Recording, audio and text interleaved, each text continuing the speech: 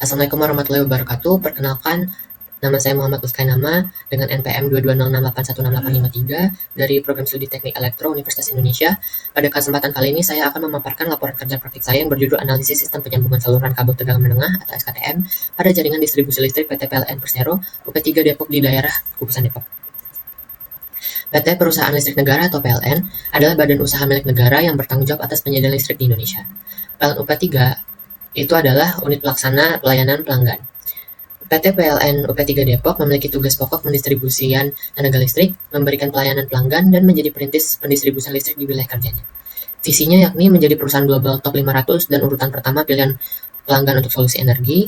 Misinya adalah menjalankan bisnis kelistrikan dan bidang lain yang terkait, berorientasi pada kepuasan pelanggan, anggota perusahaan, dan pemegang saham, menjadikan tenaga listrik sebagai media untuk meningkatkan kualitas kehidupan masyarakat, mengupayakan agar tenaga listrik menjadi pendorong kegiatan ekonomi, dan menjalankan kegiatan usaha yang berwawasan lingkungan. Divisi jaringan PT PLN UP3 Depok bertugas mengolah dan memelihara jaringan listrik distribusi.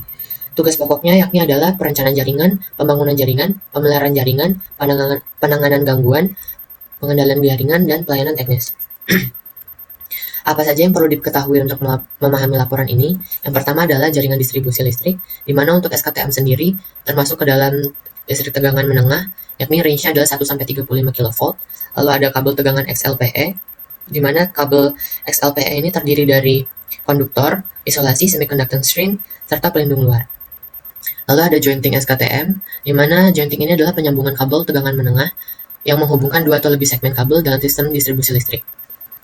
Lalu ada metode jointing SKTM, di mana pada laporan ini di-highlight adalah crimping, metode crimping, yakni teknik yang menggunakan crimping tool untuk menjepit konektor pada konduktor kabel dengan tegangan tinggi, sehingga menciptakan sambungan yang kuat dengan resistansi yang rendah. Lalu ada komponen jointing yang diperlukan. Yang pertama ada cold shrink joint body, mechanical shear bolt connector, ada compound, terus ada resin pouring gate, cable spacer, thin copper wire stocking sleeve, roll springs, high tensile reinforced tape, clear sealing tape, polyethylene tape, cable ties, dan PVC tape.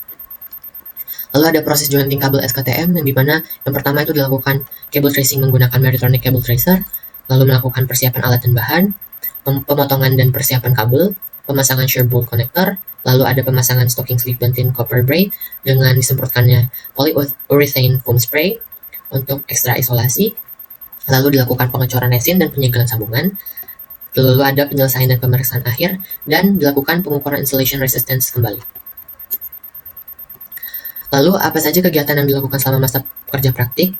Yang pertama adalah kegiatan engineering, yakni terdiri dari pemilihan recloser dan pelabelan recloser area Depok Kota, lalu ada proses jointing kabel SKTM area Kukusan di belakang kampus PNJ, lalu perbaikan cubicle switch Ulusoy di gudang logistik PLN ULP Depok Kota. Lalu terdapat kegiatan non-engineering juga yang dilakukan, yakni dengan membuat desain poster kegiatan lomba jaringan 2025, lalu membuat konten kreatif, serta membuat desain post Instagram. Lalu masuk ke bagian pembahasan, di mana yang pertama ini adalah pembahasan proses penyambungan kabel tegangan menengah.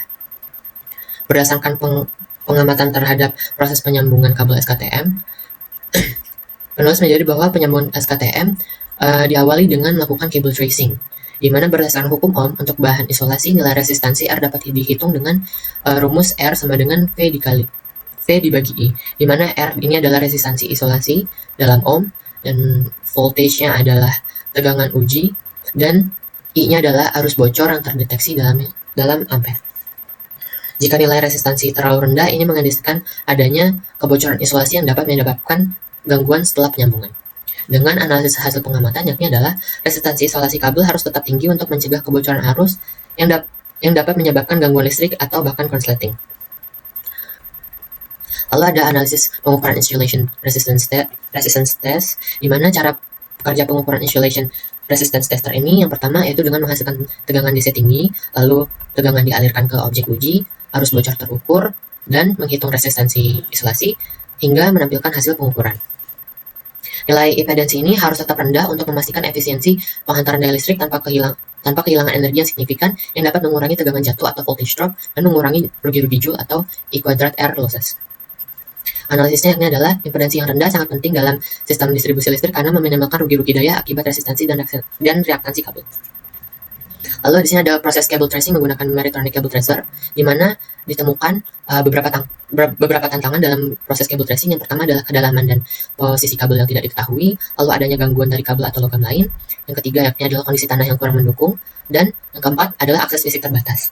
Dan analisis hasil pengamatannya yakni adalah yang pertama pelacakan akurat, di mana harus dilakukan pelacakan yang akurat di area kompleks seperti di bawah jalan tol dan dekat jalur pipa gas. Lalu di sini ada penyesuaian frekuensi, terus ada deteksi gangguan, di mana alat ini dapat mendeteksi titik sambungan atau gangguan melalui perubahan intensitas sinyal, dan yang terakhir ada tantangan dan solusi, di mana gangguan sinyal dan interferensi dapat diatasi dengan kalibrasi ulang pada alat ukur dan pelacakan dari beberapa sudut. Lalu di sini ada pengukuran kabel dengan insulation resistance tester, di mana faktor yang mempengaruhi hasil pengukuran adalah kelembapan dan suhu lingkungan, usia kabel, kondisi permukaan dan kebersihan ujung kabel, dan kondisi kabel yang memiliki retakan halus, tusukan, atau kerusakan isolasi akibat tekanan. Lalu analisisnya adalah nilai tahanan isolasi kabel umumnya tinggi, di mana pengukuran kabel SKTM kondisi normal nilai tahanannya itu minimumnya adalah 1000 MΩ, yang menunjukkan bahwa kualitas insulasi kabel masih baik dan aman untuk dilanjutkan ke tahap penyambungan. Lalu ada dilakukan sebelum dan sesudah penyambungan, yakni untuk make sure bahwa